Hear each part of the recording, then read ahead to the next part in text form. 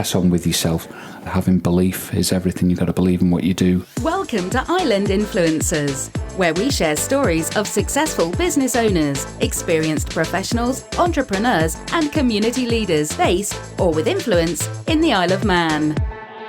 This podcast is brought to you by Thornton Chartered Financial Planners, because great financial planning has the power to change your life. Now here's your host, Sharon Sutton. My island influencer this week is Ged Power, owner of Isle of Man Golf Holidays and Powerwheels. Ged is also a specialist in cruise ship tours, farm tours, cycling holidays and other active pursuits. He lives in Port Erin on the Isle of Man. Prior to his over a decade in tourism, Ged dedicated 25 years of service to the Isle of Man Constabulary. Ged loves am-dram and is a long-time member of the Rushen Players, having performed in several productions. And he's even written his own original one-act play called Not Guilty, spelt with a K-N-O-T, and other pieces. Ged has also played golf at county level for the Isle of Man and Bolton Golf Association. Here's this week's conversation with Ged Power in episode 70 of Island Influencers. Well, welcome this week to my guest, Ged Power. Thank you so much, Ged, for agreeing to come on the programme. And I know you've had a bit of a tough time lately with hospital visits and that sort of thing. Yes, life's a bit of a journey at times, but I've found my way to Glenvine, and here we are. Yes. So, Ged, for the benefit of our listeners, let's go back in time and let's find out all about you, where you've come from and where you've got to arrive at where you are today, if you wouldn't mind. Well, I was actually born in Bolton in 1967. Parents, both medical. Father was an Irish doctor and mother was a nurse from Ramsey, Isle of Man. Right. So grew up with two brothers. How did they meet? Well, on the ward. Okay. Yeah, father, he was a little bit older than mum, and it was a good home. It was a happy home. Dad was busy, and in the latter years I was lucky, I think, out of the three brothers, that I got to know him a bit more, and that was through golf. He introduced me into the golf and we had a lot of fun with that. I look back to those sunny evenings where we'd play on the course together, and we did have quite a good bond there, and it's something that I treasure. How old would you have been at that point?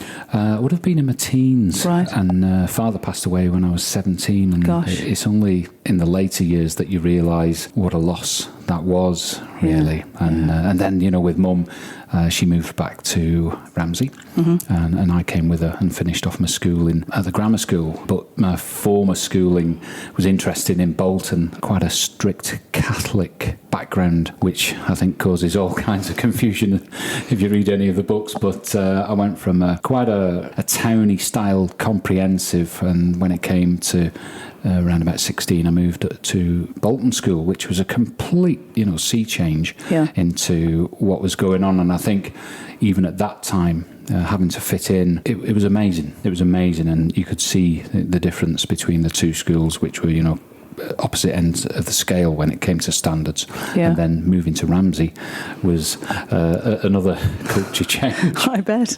It was heavy rock, denim jackets, and the Viking disco, chicken in the basket, and fights on a Friday night right in front of you. Yeah. Yes, being a resident of Ramsey at a similar time, I can attest to that, absolutely. But it really was like going back in time. It was, in Ramsey. But we had such wonderful times over the years because grandparents lived on East Quay on the harbour. Nice. So we had fantastic holidays where we'd come over for weeks and weeks, and it was always sunny, and you had the amusement arcade round the corner, the Murdoch Park, the swing bridge. Joke shop. The jokey, and these were fantastic times, and the family unit up north, as it were, was great. Really treasured moments. Great. So you moved to the island when you were 16, 17? 17, 18. Just after your dad had passed away. Yeah, that's very sad. I mean, well, I think in time to come, you realise that you miss that advice, that rock, really, the guidance. And of course mum would have been grieving as well. So at this crucial time where you make these career decisions, where you decide, which pathway am I going to take? Well, I kind of made those decisions solely, and a lot of those were almost on the flip of a coin, which I'll probably come to. Sure. Because of course, I completed my A-levels, and I had an eye on the police. My brother, he was Richard, he was in the force in Greater to Manchester, and he seemed to enjoy that. But I think on a local front, you looked at the constabulary. I didn't have a yearning to go away to university, but no, could you just come back? You just come this over. was it. This Yeah. was it. And you know what? I'll have a crack at the police, and it was all very friendly. The interview, and it wasn't the process that they have now, of course. And then I came home and I had an offer on the table from Nottingham University. Right. And what were you going to It's business studies. Four-year sandwich. Perfect. Yeah. And of course, when you're that age, everyone had that statistic about Nottingham, didn't they? That it was 8 girls for every guy. Did they? I have no idea. It's a bit like Caracas in that film Gregory's Girl, isn't it? Really? Okay. But anyway, we're sidetracked there. Yeah. But I thought, well, what am I going to do? And I didn't flip a coin, of course, but I thought, you know what, I've seen enough of the UK. I thought I was well practiced enough, and I thought I'll go for the constabulary, and that was 1986. Yeah. Yeah. So instead of going to university to study business studies, you joined the local. What do you call them? The local Bobby on the beat. The Boys in Blue. The Boys in Blue. You joined the Boys in Blue. Yeah. Okay.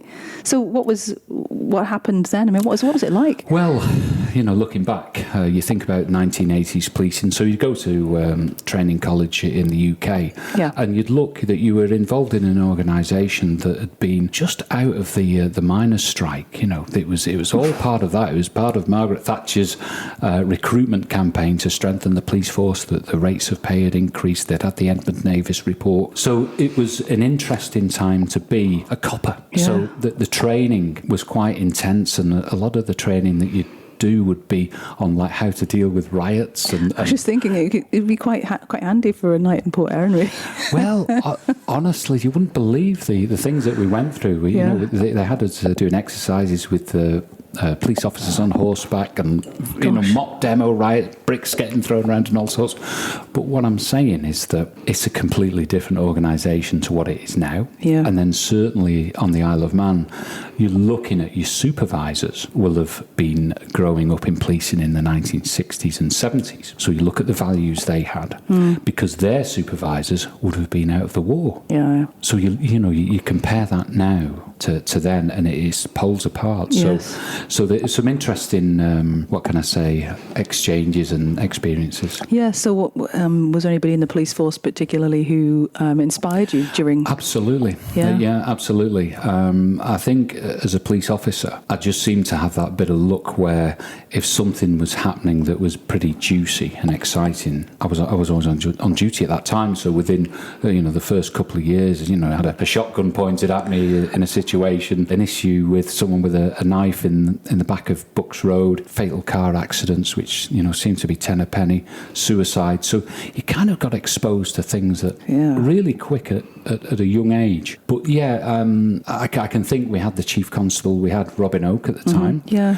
He's a very strong character. It's very high profile too, I remember. He was, and he spoke of the police organisation as a family, and his wife Christine was brought into things, such as if any officers, had a new member to the family, Christine had come in, and flowers and what have you, and at the time you'd think, oh, that's a nice touch, but in other ways you'd think, well, it wasn't perhaps being run with, what can I say, that distance that was required. So it was a time of transition on the island. Yeah, a bit of a tough balance, really. It was a time of transition, and of course the population was around about 50, 60,000 in the 80s. Yeah, it was. And then we had the... Massively grew, didn't it? The 90s changed, and then round about, what can I say, we had the building boom, and then we had things introduced into the island which kind of steered the course of the theme of crime, really, where you had drugs were introduced and so forth. But what I can say, and I think to this day people have forgotten, is that burglary was a big issue in the 80s and 90s. There was a burglary happening every night. You had local safe teams, taking on commercial premises, and the safe would go and it'd be like tossed off some cliff somewhere to open it. It's absolutely remarkable. Getaway drivers and all sorts. I had no idea. All sorts. Not involved with those sorts of people. We are so lucky today, aren't we? Because we don't have that fear of crime like we used to. I still know people who go out and leave their doors open. And what a great place, isn't it? To be able to do that. I certainly don't have a fear of crime, and I've seen it inside the ropes, so to speak. It was just round about the 1990s, things went off track a little. The drug scene exploded on the Isle of Man, and a few criminal families came in from further afield. So we had one from Scotland come into the south, and that involved, all kinds of things where people got wounded and eventually ended up in a murder. But this was incredible, and this was going on in our midst, so to speak. Okay, so how long was it before you decided that this wasn't what you wanted to do? Well, I always loved being in the police. I loved it. I loved the variety of work that you'd have. Yeah, I remember you in Port Erin. We were talking before as you've been the Bobby on the beat, and always having a smile on your face, and being larger than life in the community down there, which must have been the mid. It's in the 90s. Mid-90s, The 90s, and then I drifted into plain clothes, and that was exciting because, that was at the time where we had, say, four murders in 4 months at one point, and a serial killer, and all this stuff was going on. You couldn't write it, you couldn't believe it, but it was exciting, and the beauty of policing is that you never knew what was going to happen next. It was always busy. You had to deal with some unpleasant things, but you just got on with it. But it was that problem solving. It was that task that you had. So whenever there was a crime, there's always a reason why it happened. And to unravel all that and to get into people and try and just nudge them the right way, or alternatively, you just think, well, we're going to have to come down heavy on this one and get them to court and get the biggest sentence. Yeah, it sounds like a fair bit of coaching almost came into your role. Well, I was really lucky, and I'll kind of just jump back to my father. Yeah. Okay. And I was lucky that in the 1990s, there was a sergeant in Castletown, and he was called Chris Hilton. And unknowingly, it was like he became a bit of a father figure. To me, there's nothing, tangible about that, but, his guidance, I'd still think about today, with things and how we deal with things in such a calm manner. That's nice. And I just wish he'd gone on and, ended up being perhaps the top of the tree. But, things changed, and at the back end of the 90s, the early part of the century, we had the revelation. We had Mike Culverhouse arrived. I'd say he's the most inspirational leader. I hate to use that, that rather twee term, but for someone who came in and he turned an organisation upside down, he made the staff understand policing and what they had to do, that there was a method, there was a plan.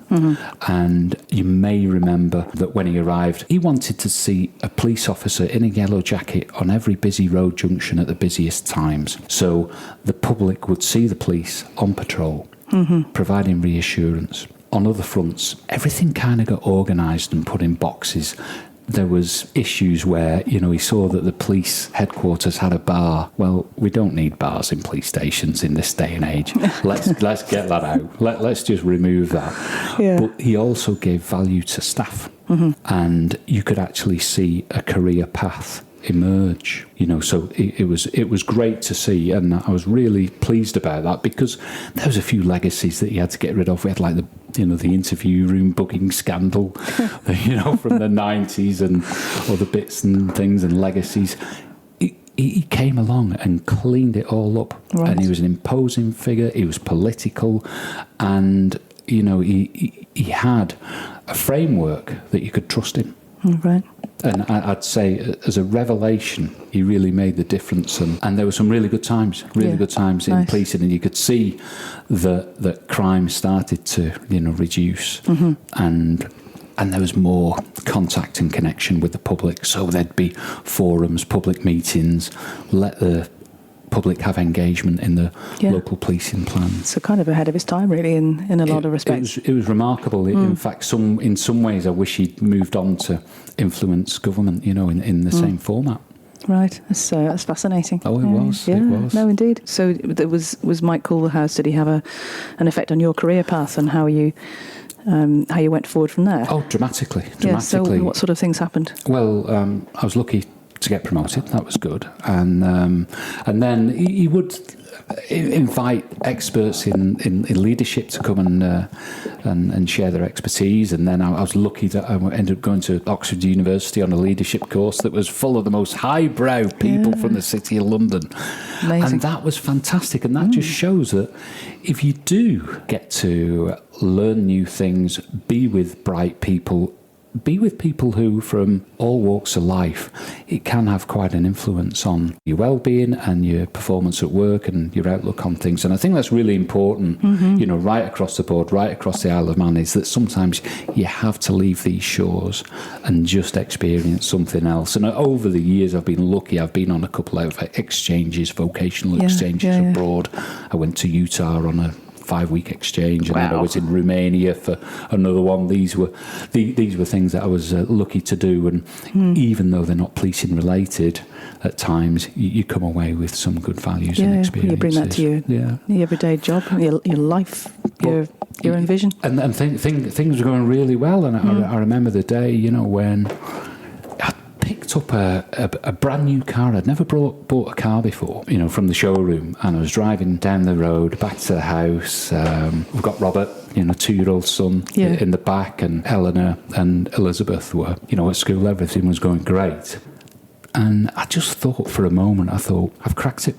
I have cracked it. This is it. Everything's going, so well. And then it was within a few months of that, then everything turned upside down. Yeah. What happened? Oh. It was when you lost your daughter. Yeah. Yeah. I'm sorry. So, gosh. No, it's fine. We can Let's just have a slurp of coffee. Yeah, let's have a drink of coffee. It's I've got some tissues somewhere, didn't you? No, you're okay. Yeah. Okay. It's always going to make you upset. Yeah, of course. So, that is something. Yeah, that was... that's a wake-up call you don't want, is it? Well, isn't it? It was still the mystery of how this illness, a super rare illness. Yeah, what happened? You want to say that? Yeah, it's called Wegener's granulomatosis. It's an inflammation of the blood vessels, like a vasculitis, and it shocked Kate and I and the family, and we ended up on a bit of a journey where we were with Alder Hay, who were incredible. Yeah. Who were incredible. The care and love that they gave, but the disease got the better of Eleanor. And how old was she? She's 14. 14. Good. And it's a tough one. Yeah. Tough for everyone, because Elizabeth, who's the middle child, becomes the eldest child. Yes. Then she's got to watch things happening in the home with the parents, and how all the reaction, and we've got little Robert there who's 2, and he didn't really know what was going on, but there'd be influences and outcomes and things happening that no one will ever understand, and what the repercussions would be. But difficult times, but you certainly recognise people who supported you when it counted, and there's some lovely people out there. And it was just, the whole life path took a turn for something else. So it was a tough one. I think if you meet anyone who's gone through that, it's lost a child. Absolutely. It's difficult to deal with, but Yeah. No, and if anyone's got kids, you just know, don't you? Your whole life is tied up with them. So I'm so sorry. It's not a story I was familiar with, but I'm very, Yeah. Thank you for sharing. It's that. It's something which, you just crack on. Yeah. You've got to crack on. You've got to move forward, and you have the memories at the right times. What did you take from that? Really? What did I take from that? It was. I think it's the injustice. I think it's the injustice of illness. Yes. The fact that we had this normal life, and she was a healthy girl. Yeah. And this thing, we're talking millions to one. It's unheard of that people would lose a life from this, or even get it. And even now, we're still in contact with the people that looked after us at Alder Hay as super people, and they did everything they could. And even now, it's so rare for this thing to have happened, and we'll never know where it came from. How did it change you as a person? Gosh, I think even now, the legacy has affected myself and the family. There's no question about that. I think it made you less afraid of things to deal with and take on challenges. What is the worst that can happen now? Well, it can't get any worse than that. It's to not be afraid of situations. I think in some ways it's probably made you a little bit too hardened emotionally, I'd say. Right. I'd say that. And, relationships change and so forth. It's been quite a journey, really. Your own health and your physicality and what have you. You don't know what the impact is there. Perhaps, I went through a few years where I didn't look after myself as well as I should have done. Undoubtedly it changes you and all the things that you've just described there, and, that's really kind of you to share it. I think in fairness, the first 6 months, things are a little bit blurred, but you're not walking around like a zombie. You can actually get on with things. So I came back to work quite soon, after about 6 weeks, and it was fine. And I remember I got sent to deal with a hanging, and the bosses were like, "What are you doing? Sending him to that." But he was absolutely fine. Things like that, I could just operate as normal. I think a hanging. Someone hung themselves, suicide. Oh, yes. Sorry. I was like, what? Yeah. Oh, gosh. When it came to suicides, I was always on duty for those. Oh, crikey. Incredible.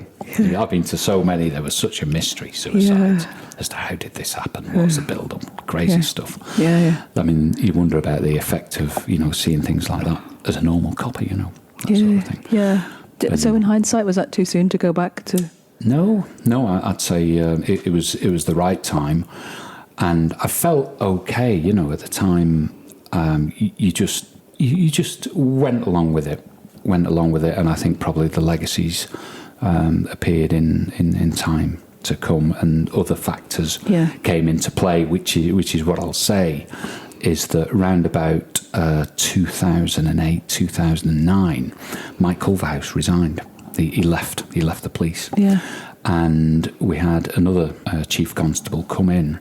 Yeah. And it was remarkable how the organisation changed. Right. It was a bit like, I don't know whether you're familiar with, well, you will be familiar with Wind in the Willows. It was like the Wild Wooders came in and took over. Oh, gosh. And the place changed. So it's almost the pendulum swung from one side to the other.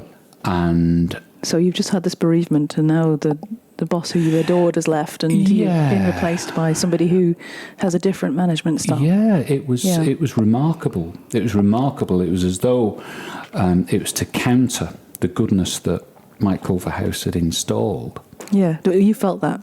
Oh, yeah. I mean, I came across a couple of instances where I'd never seen things like it in my career, where I'll call it bad practice. I won't use the other word. Right. And I'd seen things where I thought, my God, this can't happen. Yeah. This cannot happen.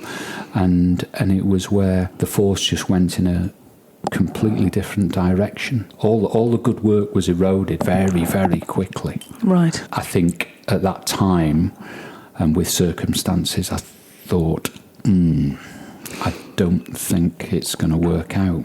So what did you do?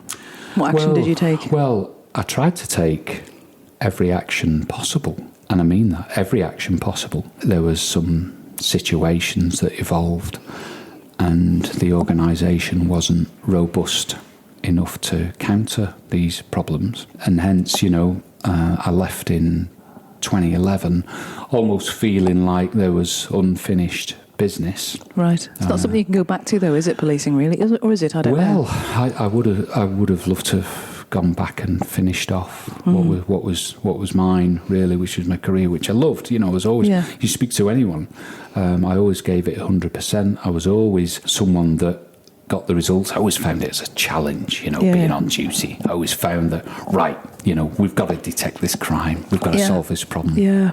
Every day was a... Yeah, but, I suppose most of us are lucky enough not to have our lives affected by that, thanks to people like you who would be in that role making sure that had happened. I was just wondering the sort of happier side of policing, the community aspect of it. I mean, we spoke earlier about a certain incident. We did. We first met, didn't we? But you know, having not really talked to you about any of this ever before, you know, it's a story that's it's so sad, you know, and yet from what the my perception was of your policing career, it was, I guess, certainly at that point, challenging but joyous. Yeah. And it's I just wonder if you want to share a couple of stories from that sort of era. I take anything on with relish, you know, and I loved it every day. It didn't matter what you were doing, and it was great. You know, I always found that, say, even when I was a sergeant and you're in the police station doing the paperwork, and on the radio there'd be a job, you know, there's a burglary or the window's gone in at Bucks Road and there's loads of police turning up from here, there and everywhere. I know that if I got in that police car and went downtown, I would catch the offender. Right. I always knew that. Yeah. And generally I would do. Yeah. I just seem to have that look. Right. I just seem to have that look. It's probably a height advantage. You can see over a crowd, you know. Oh, I think it's just knowing that if you have an incident, you always go downhill. The offenders always run downhill. They never run uphill. So anything that happened at the top of town, they'd always pick them up at the bottom of town. Good grief. But no, I mean, there's some of the things we did have, you know, quite a few murders. It was like something out of Bergerac or not Bergerac, Midsummer Murders. That's it. Well, Bergerac, I was going to say that's something from the Isle of Man that was always, for me, a point of jealousy that the Channel Islands had Bergerac. And by the sounds of things, we could have had our own there was more so dramatic much series. going on. Oh, there was so much going on. But there's an opportunity in a book there for you, I think, Ged. I think one day I've written a play that I'll tell you about that another time. Okay. But it was unique, and I think that the public, unless they were looking out for it, they were completely blinkered. Yeah, sure. But there was always a lot going on. And I think to be involved in, say, murder inquiries were fascinating. Yeah. Especially when the perpetrator was taking, 2 weeks to be found and arrested. Yeah. So it was like something off the TV. Yeah. It was remarkable, and there were good experiences. And then on the other side of things, you could just be involved in a missing person, a missing from home. Yeah. Some of the gentle things. It could be a school visit. It could be, showing the Scouts, Girl Guides and Cubs around the police station. There was so much variety because you could have a real influence on a community. So in the south of the island, we had a lovely team there, and we could be everywhere for everyone at those times. It was good. Yeah. It was good. I always got the impression and the feeling that we won on that in the right way. It's not about locking people up and barking tickets. Your career in policing came to an end when you decided it was no longer an organisation that inspired you so much. So what happened then? What did you go off and do? Well, it was funny really. There was no plan. I was friendly with a guy called Martin Young. We played golf, and we recognised that the Isle of Man had great potential as a golfing destination. Yeah. Okay. 8 courses, holiday isle. Golf tourism is such a big thing around the world. You go anywhere, Spain, Portugal, America. And on the island, we've just got these assets that are already laid out. Yeah. So we set up a golf tour company, and that's kept me occupied ever since. And it led to other things. Yeah. It led to, I need a minibus to move the golfers around. And then thankfully you did. Exactly. It saves me the school run every day. Exactly, but having the getting involved in the taxi trade, and then other tourism elements, so the likes of, say, the cruise ships. Yeah, okay. So, you'd be handling the cruise ship passengers, great fun, showcasing the Isle of Man, but you've got to be inventive, you've got to be creative, because sometimes things aren't open or how they want you to be, but you can just take them to Magnetic Hill. Yeah. And they love that, but you have to build it up, so. I'm sure you're very good at that. It's good. I love it. I love looking after people. Yeah. I've got a travel agent in the US. It's in Oklahoma, an agency there, and he'll send me groups of tourists throughout the year, so you'll Brilliant. get 2 or 3 a month. You look after them for... So when are they coming back? Are they already? They're coming? Yeah. So we've got them booked in now. Obviously, COVID got in the way. Yeah, sure. So I got to know like the Oklahoma people and their sense of humour, their manner, their characteristics. So Brilliant. a lot of fun there. And then just general business, things come out of thin air. Had the Gary Barlow experience. So we Yes. had him for 3 days and his team. And those are pure gold moments and absolutely. memories. Yeah, no, it sounds really a lot of fun that you're doing much more that suits you than when you've moved on a bit. Have you, from the tragedy in your personal life. Well, I think working for yourself, you've got to be resilient, you've got to be resourceful, you've got to understand money. Money. Well, funny enough, you should say that, because my next question, Ged, was, if you don't mind me asking, I know you know this question's coming, but what was your earliest memory of money? How was money in growing up? It was never pocket money. The obligatory paper round, which was hell. I had the Sunday morning paper round, and that bag full of the observers and what have you was ripping your shoulder off. I didn't enjoy that, but my recollection of money is quite strange, where one night, it was around about November the 5th, and me and a few mates had the penny for the guy outside the local pub. Uh-huh. And the drunks were coming out, and you ended up with about £5 each. And in the 1980s, we thought, blimey, this was something else. And then some drunk giving his housekeeping away. and then about 2 days later, I had a rare telling off from my mum and dad, like, what on earth are you doing? Being out there. And that did kind of tell me a bit of a lesson, didn't it? That you can't obtain your cash by such means, So but, I think it's called begging, isn't it? Yes, it is. And the actual guy wasn't anything special either. It was one of your mates sort of dressed up. But that was my first, time where I thought, oh gosh, I've got a bit of money, I've kind of made it myself. But really, with working in the police, going from school to the police, you've got no real grasp of the entrepreneurial side, because the money appears magically just a paycheck, in your pay it? packet. Yeah. And really... you mean you didn't learn about it at school? Not really. No, I did commerce at school. Yeah. So, and I was going to do business studies. Nobody did. But the thing is, with policing, is that money would be overtime. Yeah. And you think, oh, we're on a good one here. I'm working Christmas Day, I'm on double time. Whereas in reality, you're working Christmas Day, mate. You're missing out on life. That's a very important distinction to make. I wish more people would realise that. Yeah, but somebody's got to do it. Okay, so of all the things then that you've done throughout your life so far, what has given you the most fulfilment? Certain things in policing. Yeah. I think that there's been occasions where I've been involved in situations where people's lives have been saved. And that's fantastic. To be in that place at that time. Sure. And bringing certain people to justice. I think obviously there's the family side of things, what we've brought into the world. Yeah. And I think for work related or business related, I like the fact that I've been able to look after a lot of people who've come to the Isle of Man and made their stay enjoyable. So it's the same for the golfing holidays as the tourists and general visitors. And I think I can do that pretty well, is look after people and drive them round and talk them to death for hours and hours. But that's what you got to do. You got to provide the entertainment and the history. Yeah, no, I was going to say, I can see that. I can tell you have a passion for it. So. Yeah. Well, it's funny. My father, he was known as a storyteller. And I'd heard that years and years ago, and yet it didn't really sink in until, the last few years. I've thought, oh, well, maybe there's some lyrical vibes that have been passed down. Yeah, maybe. Well, we'll see when you get that opportunity to write that book.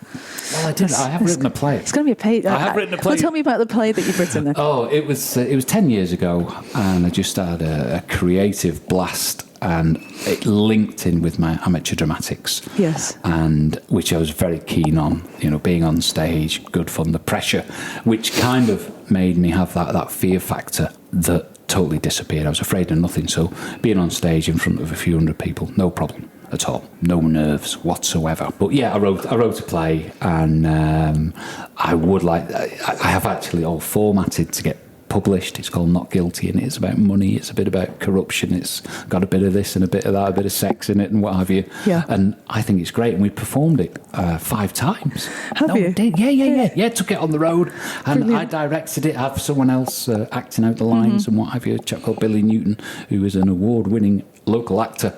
Brilliant. And it was great to see your work on that, and I do like that creativity. As you know, I'm a big fan of the YouTube, and I've got my own TV camera, and at the moment I have this project, say, where I film football matches. Yeah, so you're doing the FC Isle of Man? No, I don't do that. I do Castletown Football Club. So they've built that tower, the big scaffold, and I'm able to film games. My son Robert plays in the team, so I've got really all nice. this kit. Can do a live stream.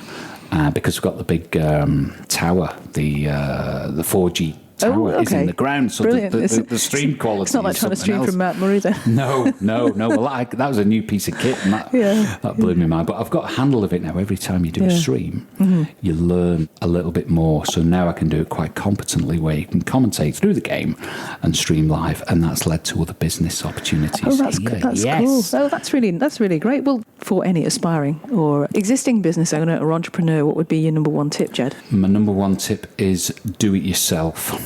Simple as that. You've got the vision, you've got the view.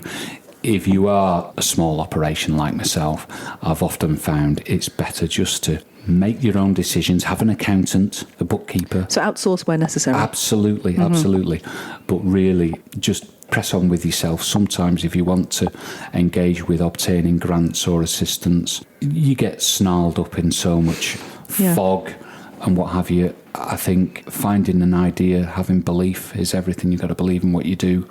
And sometimes just actually sitting down and going, well, actually, this isn't making any money, this aspect, and just cutting it dead. Yeah. So being realistic about all that. Yeah, okay. So what do you do to relax? Because it seems to me that there's a relaxation. Would that be live streaming? Is that relaxing? It is, yeah. It's doing the football commentary. I do find that such fun because there's a little story. You've got 22 actors in front of you. You've broadcast live on YouTube, and you can just talk about anything. Good. I love it. Can you explain the offside rule, please? The offside rule? No, don't. I'm joking. Look it up. The referees don't know it. Yeah. Okay. Is that what you do to relax, though? Is it? Yeah, I like to stay in, watch a bit of TV, the usual things, Netflix and so forth. I don't really go out. Social life is diminished, really. I'm just a bit of a home bird now. Well, you've got to be doing all these early morning taxi rides, haven't you? Yeah, I've knocked those on the head a bit now. Okay. So, I did go years where you just didn't turn a job down, but now I've eased off a bit, and of course I've got this new role at Mount Murray where I'm the golf development officer. Fantastic. Yes. We didn't get to that. So tell me all about that, Ged. Mount Murray, really exciting place to be. Is it still called Mount Murray, or is it called Comus now? It's the Comus. Right, okay. But everyone knows it as Mount Murray. Comus at Mount Murray. And exciting place to be. A lot of investment, lots happening. Yeah. The food and drink offering, and they've got a spa, and then I must get up and have a look. My element is the golf course. Yep. And it's about encouraging people to play golf, start golf, return to golf. We've got a driving range. I'm a qualified golf coach, so I can assist with that. That's good. Okay. And it's just a nice place to be at this point in time, really. Yeah. I quite like going back into a team and working, with a group of people, and there's lots going on. So, and it's nice that they've asked me to, share my expertise with them. Yeah, I noticed there was a video that you posted of. I think you posted it on LinkedIn, did you, about the Comus, and did you do that filming? Was that you? Yeah. So it's really nice. Learning all the time, the fact that you can combine your own digital expertise with what you're doing commercially now. I think now you just look on YouTube on how to do things, and you can buy the equipment and you can produce a good offering. And I think the digital media, the digital community that we've got on the Isle of Man is fantastic. Yeah. Because it's a great way that you can reach. Yeah, how did you learn other than you did? Is there people that you asked locally as well to help you? No. It's a real hobby that I have. So I buy camera equipment and what have you. But I did go on a surveillance course for video cameras about 20 years ago in Manchester, and it kind of just set the ball rolling. Really? It sparked an interest. In what way? Just how to use a video camera properly. Okay, not just to catch criminals. Well, that as well. But no, it was an interesting course to go on. It was good indeed. fun. Oh, that's interesting. So tell me, what do you think are the best things about living in the Isle of Man, Ged? The greenery, community. I think for business is that if you want something done, you know someone who can help. You know, there's always that. I know just the person, yes. you know. So I can be a bit of a fixer for a lot of things that I've done over the years, because you're in the know and you can get from A to B very quickly on a bit of a problem. And who not to ask? Absolutely. Reputation is everything. I think what I like about the Isle of Man is that you can engage with our political masters very easily. And I think you can influence what's actually happening on the island. I think that's important. Yeah. I've always been I've always had an eye on things politically. I was chairman of commissioners for Port Erin for a couple of years, and I've kept a close eye on things. What's happening in the House of Keys, and sometimes you can try and nudge things along a little bit. And but moaning on Twitter still hasn't got rid of those roundabouts, has it? I love the roundels. The best thing ever. It's a real tourist attraction for anybody who hasn't been. So what would you say the main challenges are the island faces, and what would you do about them? Oh gosh, right. I think it's how we make money. I think we've got to look very closely about that on the financial spectrum, about what works and what doesn't work. I think events in the last 2 months in the Ukraine have perhaps opened a few people's eyes, and then there's headlines daily say about Rishi Sunak and his family and all these things. So I think the Isle of Man has got to be very careful, and we've got to make the Isle of Man an irresistible place to live. That is so important, that people around the world want to see the Isle of Man and go, you know what, I want to live there because it's amazing for off-road cycling. It's amazing for the food that's provided. And there's no crime because you've locked up all the baddies. Well, there is very little crime, isn't it? Because the community, because of social media, because of the scientific element now in the most people that are involved in offending have given up their DNA and their fingerprints and their CCTV in places. And I think that the lifestyle here allows that there's not a need to commit crime. Yeah. And I think there's, on the social side, on the medical side, the mechanisms to deal with drug addiction and behavioural problems. I think obviously we could improve on that, but I do think as an island we need to make this an irresistible location. And I think we could do that. I think our government just needs to be a bit quicker and slicker, and the likes of, say, for instance, the horse tram on the prom. If you could visualise rolling eyes, I think you would see them all around, really. But I think it's a case of looking at that and saying it's not one thing or the other. It's an embarrassment. How's that come about? And picking the pieces of the process that led to that and just correcting them and I think, being to be honest. fair, that they are doing that, aren't they, with infrastructure? Because it's just such a massive project. How could anybody manage that lot? I think being honest, with ourselves, I think that's absolutely crucial. But I think we just need to be a little bit skillful in what we do and how we create industry, and maybe there's more digital opportunities here, because it's not manufacturing. That ain't going to happen here. So I think tourism is such a huge opportunity as well. Do you find any of your Oklahoma people want to actually relocate here? They talk about it. Well, I've had the best one, haven't I? I've had the best one. I looked after a family 2 years ago, showed them the Isle of Man, and they ended up purchasing a property for over £5 million, and they were from America. So thank you, that's yours truly. Had them for 4 or 5 days, so I was really pleased about that. No, for sure. Well, there you go. So Ged, what you've got planned next? What's on the horizon for you? You're going to do more work around the golf? I think really I enjoy the digital streaming. I've got a TV camera. I can do professional standard for live events and things. It really tickles me fancy. I enjoy it. I think sporting events, I think it could be anything that's happening on the Isle of Man. I think there's huge scope for it. Yeah, indeed. And I think we'll move along that line. Yeah. We'll be on that wavelength. Yes, and you're going to carry on doing your golfing. Yeah. I still continue with the golfing holidays. Bookings are great this year, and they continue to be good. So, yeah, business-wise, I'm ultra happy. Great. Okay. So just moving on then to sort of the end of our recording today, we always have a few questions that we ask all our guests. So I just wondered if you've got any. You mentioned Netflix, but have you any more reading material or books that you've read recently? I think a lot of us don't read like what we used to. No, but you're right. I do dip into, say, the likes of Shane Warne. I was a big fan of Shane Warne, so I'm into Shane Warne at the moment and his story, which is incredible. It's those people amongst us and in the sporting community who are often on genius level, whatever it is, they've got something special, and then there's something that kind of turns inward. I don't know. It's very, very sad about that. But I like the sporting biographies and what have you. But really addicted to watching YouTube videos on how to operate cameras. Good. Yes, my son Luke would very much appreciate that comment, because that's all he does is watch videos.